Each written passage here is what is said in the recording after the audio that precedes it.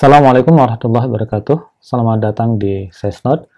Pada pagi ini, hari Sabtu 12 hari Sabtu 19 Juni, salah saya.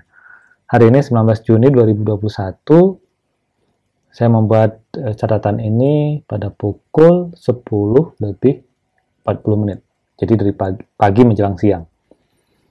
Nah, kita lihat tentang gempa yang terjadi secara global. Ini berdasarkan informasi dari webnya USGS. Nah, kita bisa melihat titik-titik ini merupakan titik kejadian gempa yang ada secara global. Saya akan coba fokus pertama di Indonesia. Di Indonesia ini ada satu gempa yang terjadi. Nah, ini ada satu gempa yang terjadi di Indonesia. Kalau saya coba klik gempa ini, kita coba perbesar. Oke, gempa ini terjadi di dekat Pulau Simulu. Kalau magnitudonya,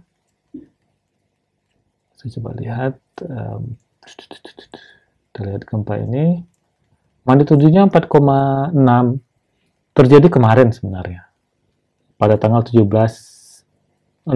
ya, pada tanggal 18 Juni 2021, pukul 17 lebih 18 menit, waktu Indonesia bagian Barat.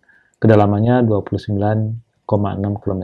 Dan kelihatannya gempa ini, kalau saya boleh buat di sini, gempa ini terpicu oleh adanya aktivitas dari subduksi. Kita tahu di sini ada subduksi yang bergerak, kemudian menubruk bagian dari blok Sunda, yang merupakan bagian dari benua Eurasia, dan memberikan tekanan di bagian sini yang dirilis oleh energi gempa. Dan sebenarnya kawasan di sini kawasan yang sangat sering dilanda gempa. Beberapa gempa besar seperti gempa 2004, gempa 2005 pernah terjadi di lepas pantai bagian barat dari Sumatera.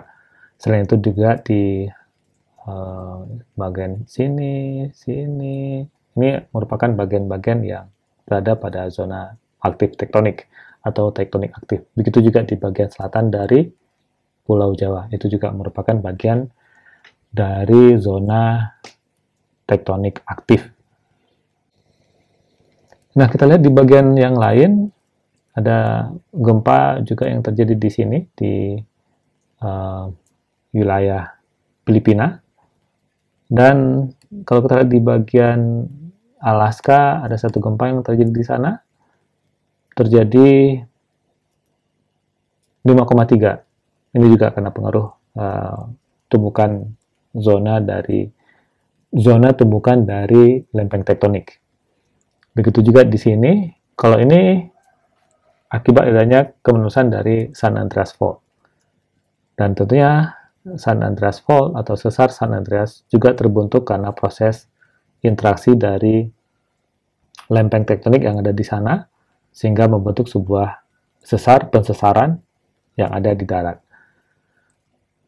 Kemudian di sini, ini di Laut Karibia ada beberapa gempa yang terjadi di sana, dan secara umum kalau kita perhatikan bahwa secara umum relatif sepi kejadian gempanya. Nah, kalau kita lihat di sini relatif sepi kejadian gempanya, mudah-mudahan kita berharap tidak ada gempa yang signifikan yang terjadi di zona-zona pertemuan lempeng ini. Saya coba masuk ke webnya BMKG, INATWS. Kalau kita lihat dari webnya BMKG, ada berapa gempa yang terjadi. Misalkan ini terjadi pada, kalau ini waktu UTC tambah 7 ya, berarti pukul 9 ya. Ini pukul 9 lebih 9 menit.